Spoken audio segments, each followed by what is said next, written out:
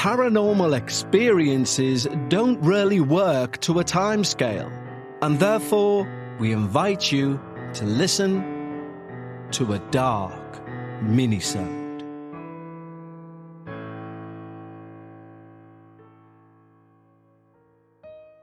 Hello everyone, and first and foremost, Merry Christmas, if you celebrate it, that is.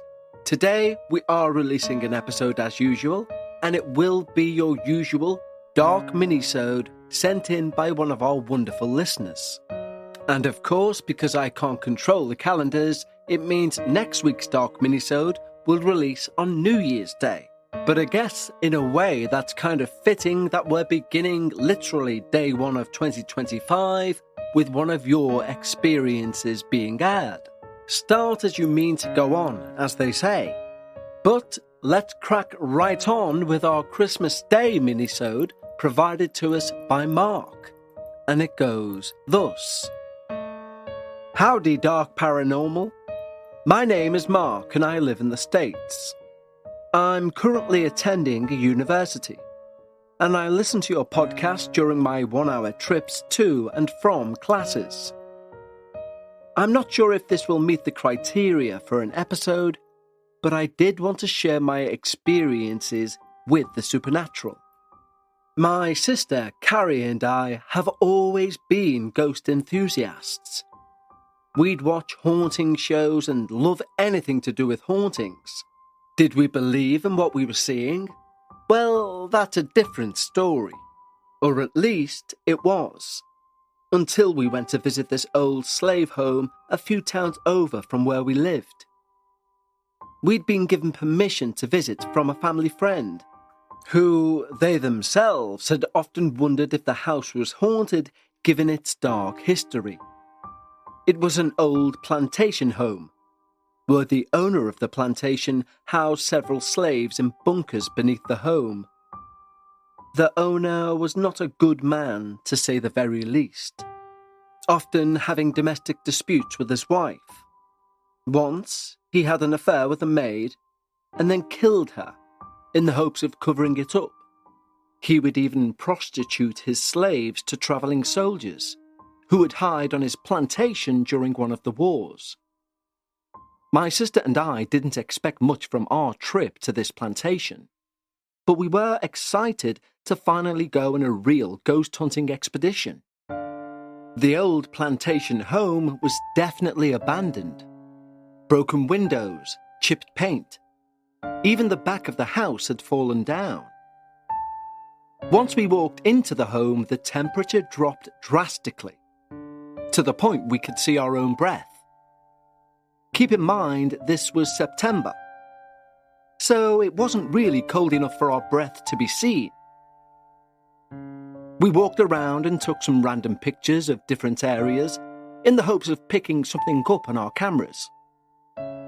Not much happened during our hunting mission, so after about 2 hours, we left to go home.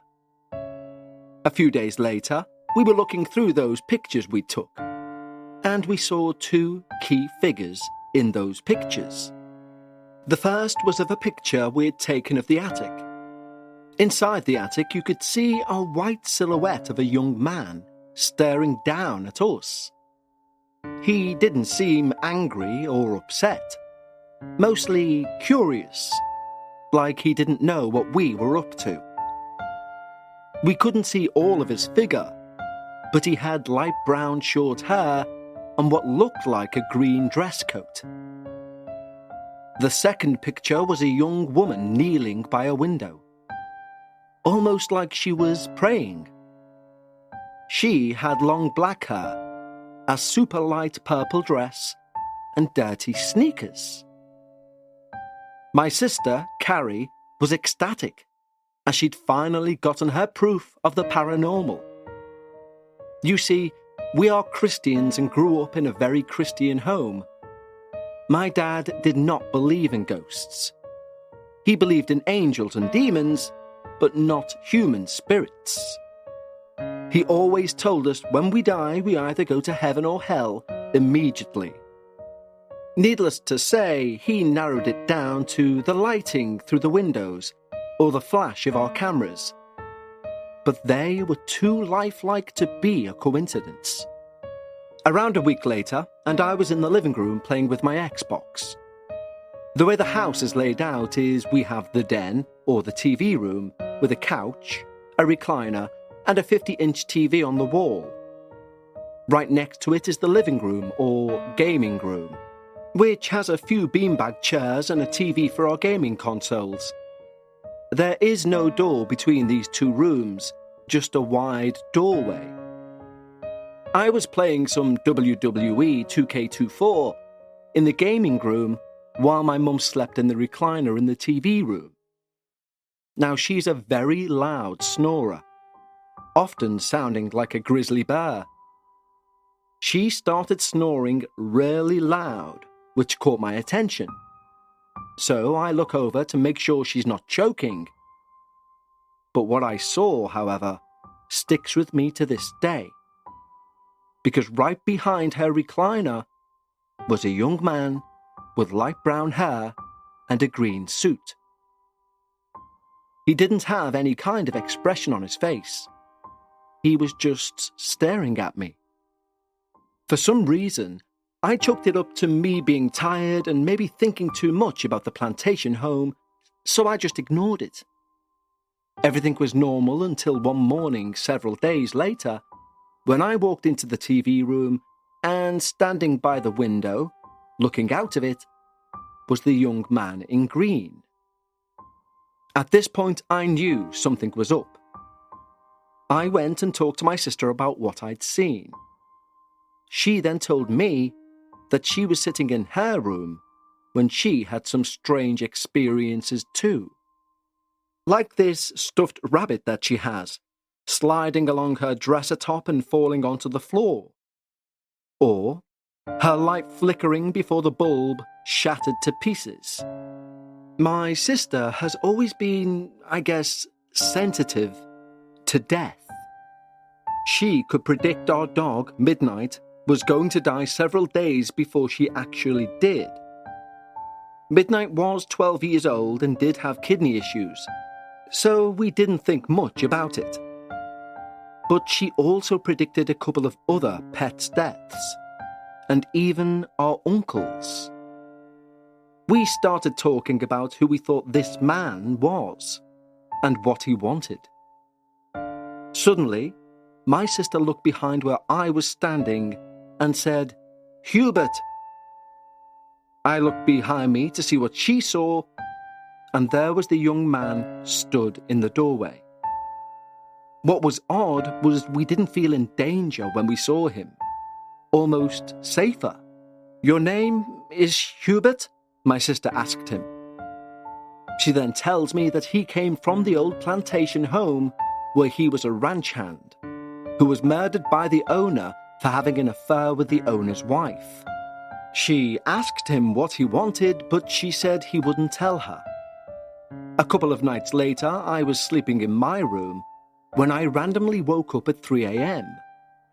I looked at the foot of my bed to see a young woman stood there staring at me. Long black hair, some of which was in her face, and a light purple dress. She, again, didn't put off a feeling of danger, but her presence was alarming. I remember saying to myself, "It's not real, it's not real," over and over, before finally somehow going back to sleep. The next morning, I awoke and stepped out of my room and saw the back of a girl go round the corner of the hallway. Black hair and a light purple dress. The same girl from the night before. I hurried around the corner, which led to a big room, but she was nowhere to be found. I, of course, went to talk to my sister about it, who told me she resembled exactly what the girl in the picture resembled. I asked my sister if she could tell me the girl's name, but my sister as yet hadn't been visited by the young woman. The young woman didn't rely as much on sight to let us know she was around. She did more of a feeling. The same innocent but shy feelings I got the night I saw her. Unlike Hubert, though, this woman would touch me. I'd randomly feel a light hand on my shoulder or on my back, like someone came up to me and tapped me. I'd turn around and there would be nothing there, but that feeling again. I tried to be kind to the woman, and I'd often say, "It's okay, you're okay here," in the hope to get her to open up. After a few weeks, my sister came to me and told me the woman's name is Morgan. I asked my sister if the woman Morgan had told her, but she said that it was actually Hubert who told her, saying that Morgan had given him permission to share her identity. We still did not know what these spirits wanted. My sister often thought they just wanted peace. We'd often heard that some spirits could not move on until they found peace about something that happened in their lives. Let's take a quick break in proceedings to talk to you about the holiday season and the M word. Not mistletoe, money. Because food, decorations, presents, they don't come for free, and at this time of year, everyone knows to the last digit what is in their bank account. Well, I know I do anyway, and when I get my statement in January, I look and think, I didn't need to go out then, I didn't need to buy that, I didn't need to buy as many of those. And I kick myself and say, next year you'll do something better with your money. And that was me rinse and repeat until last year when I actually did. Now, you'll have heard me talk about acorns before, and there's a reason for it, because acorns make it easy to start automatically saving and investing for you, your kids, your retirement, even during the holidays. You don't need to be an expert. Acorns will recommend a diversified portfolio that matches you. And you don't need a ton of time. You can create your Acorns account and start automatically investing your money in just 5 minutes. And you don't need to be rich. Acorns lets you get started with the spare money you've got right now. That could be $5 a day or just even your spare change. That's right, Acorns can round every purchase you make up to $1 and automatically invest that spare change for you. So if you buy a coffee on the way to work, that's investing. And you can get bonus investments just for buying the stuff you need from the brands you love. The change I said I made last year, well, I looked at all the excess I would have spent and I invested it. And believe me, guys, that's why Acorns are so important. And I'll be doing the same this year, because when you look at your statement in January and you see you've invested money instead of wasting it, it's a great feeling. So head over to acorns.com/darkparanormal or download the Acorns app to start saving and investing for your future today. Paid non-client endorsements. Compensation provides incentive to positively promote Acorns. Investment involves risk. Acorns Advisors LLC, an SEC-registered investment advisor. View important disclosures at acorns.com/darkparanormal. My sister would sometimes ask them questions when in her room, but not a lot was answered. That was until we met Emily. Emily just appeared one night and ran round our house.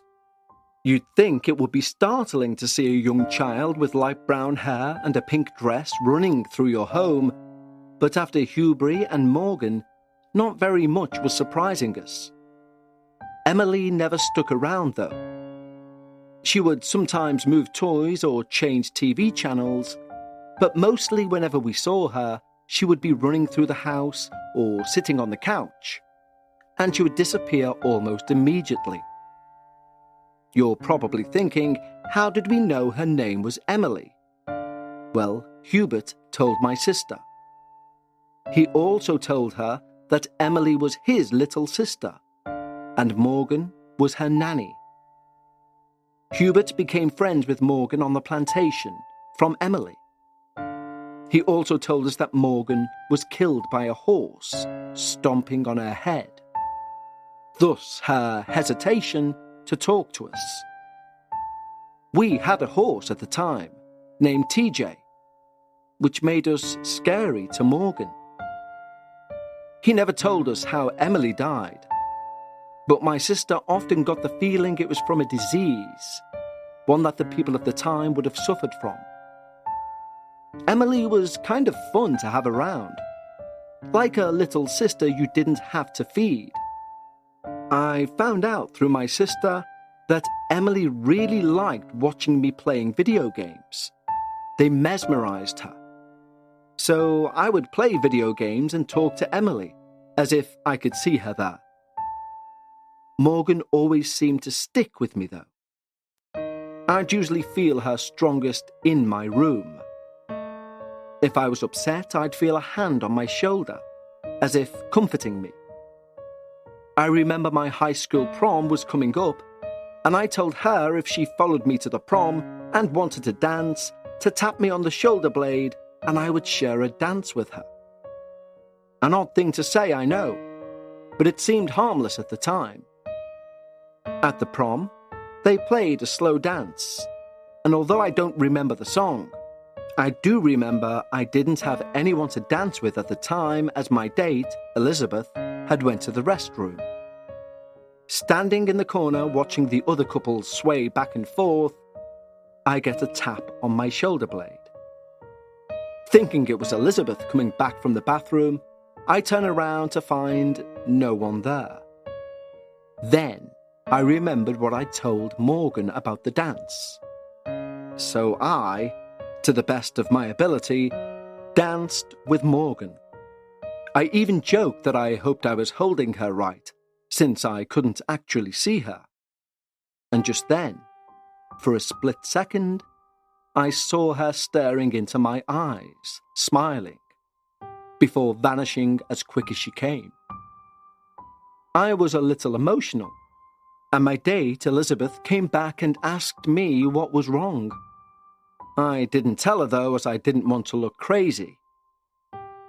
Hubert stuck with my sister though, as did Emily. My sister said often she'd see Hubert wherever she went, like he was watching her. But that isn't where our visitors end. I went to see my grandparents, who lived just a couple of houses down, so I would walk to see them. As I turned to walk up their driveway, I see a tall soldier in a black uniform with a rifle standing on my grandparents' porch. He was looking into the door. I asked who he was, but he vanished as well. I went in to see my grandpa, and I didn't mention anything about what I saw. After maybe 30 minutes, I guess, my grandpa came in and said, "Have you met Daniel? He's an old soldier friend of mine." I was floored. I said, "Grandad, I don't see Daniel." To which my granddad told me, "He stood over there." My granddad pointed to the corner of the room and then told me that Daniel was wearing a black uniform. I spoke to Daniel, but inside I was so confused. Are the spirits making themselves known to other members of my family as well? I finally got together with my sister to ask Hubert what was going on. And Hubert told my sister that Daniel was a friend of his, one who would come to the plantation quite often. However, he wouldn't come for sex with the slaves, but to see the maid who doctored him back to health one day, after he was wounded on the plantation. Daniel had a much more aggressive demeanour to him. But we learned that that was due to his death. You see, Daniel was hung as a traitor because he refused to kill some of the slaves who tried to flee the plantation. Finally, Hubert told us why they were there. For protection. Hubert said that a man our dad's sister had married was a descendant of the plantation owner and was out to kill our grandfather and take his money. Now, my grandfather wasn't a filthy rich man, but he was well off. He would often see someone struggling and just hand them a $50 bill, in hopes it would help them out. Naturally, no one believed us, well, except for our granddad. He knew Daniel was there to help, and figured the rest of the spirits were as well. And so began a 5-year legal battle to rid ourselves of that descendant. Hubert, Morgan, Emily, and Daniel all stuck around for the first few years after that battle. One day, I remember feeling a small hug from a small child, like she'd wrapped her arms around my waist and squeezed. A few weeks later, I felt another hug, this time from a woman about my height, her arms wrapping around my neck and squeezing. These hugs felt like goodbyes. I couldn't figure it out. I talked to my sister about it, and that's when she broke the news to me. They moved on, Mark, my sister told me. She then said that Hubert had come to her room and told her how much he appreciated our kindness, but now he had to go. He then told her that her and I still needed to fight in order to save my granddad, and he would be rooting for us. My sister said she asked what we need to do if she fails, to which Hubert told her, Daniel said he will handle it. Sadly, we were never able to get the help we needed to save our granddad, and he eventually died. His fortune went to my dad's sister and her husband. About a year after my granddad's death, my family and I moved to another state. Too many bad memories in the last one. And about a year after that, we got word that the descendant, we'll call him Lee, had died. An autopsy was performed at the request of Lee's mother, but the results came back, as the coroner described it, disturbing. I often wonder if Daniel came back to exact his revenge for his old friend and our grandfather. It was the last thing Hubert told us. So it's not out of the realm of possibilities, at least in my mind. Maybe Lee died of an overdose. He was a drug addict, apparently. Or maybe his wife killed him. She'd been married 4 times before that, and all of her husbands wound up dying. So what would keep him from being the 5th? Regardless, I think about Hubert, Morgan, Emily, and Daniel a lot. I wonder why they felt the need to come into our lives and to help us. Was it fate for us to go to that old plantation home? Would they have even found us if we'd not gone to that place? I do hope they found heaven as their home. Despite their flaws, they were good people, too good to go to hell. And it would break my heart to think that that's where they ended up. I wish I could see them, even if just one of them, one more time. I'd thank them for what they did and tried to do for us. Many people look at us like we're crazy, so it's hard to find people to reach out to about our experiences. I'm thankful that your podcast has allowed me to reach out to someone. This is the first time in almost 6 years I've really sat down to talk about them. I'm not a Patreon as yet, as a broke college life has been a real thing for me. But maybe this will reach people. Everyone always seems to think that spirits are there to harm us or get something from us. Very rarely do I hear of spirits coming to the living to help the living. And I'm forever grateful for my 4 ghostly friends. They may not have been actual angels, but they certainly were mine. Keep up the great work, my friend. I'll be listening. Mark. Well, thank you so much, Mark, for giving us our Christmas Day Minisode. And don't worry about not being on Patreon. Patreon is for people who can support the show financially, and if you can't, that does not make you any less of a fan. You can share the show, you can rate the show, review the show, spread news about the show. They're all free things. And I'm very conscious that it feels like the real fans are the Patreons. And yes, they are invested in the show, both financially and with ideas to move the show forward. But shows like Dark Realms that have been introduced are also there for the people who aren't Patreons. Just to show that everyone who listens to these shows, I'm extremely thankful for, humbled by, and with the exception of that Patreon community, the only difference is Dark Bites. Other than they get these shows earlier and ad-free. But you don't miss out if you're not a Patreon, is my point. There are very few shows that put 3 different shows out a week for free. But we are proudly one of them, because the paranormal should not be ring-fenced or gate-kept. It's something for all of us to enjoy, to seek wonder in, to find wonder at, to ask ourselves questions, and also to hopefully find answers. But it is Christmas Day, unbelievably. And so have yourself a very Merry Christmas if you celebrate it. And if you don't, have yourself a fantastic Wednesday. I will return, of course, on Friday for the next installment of Season 18, and until then, remember, when you're discussing the paranormal, always try to leave some of your disbelief at the door. And until then, take care.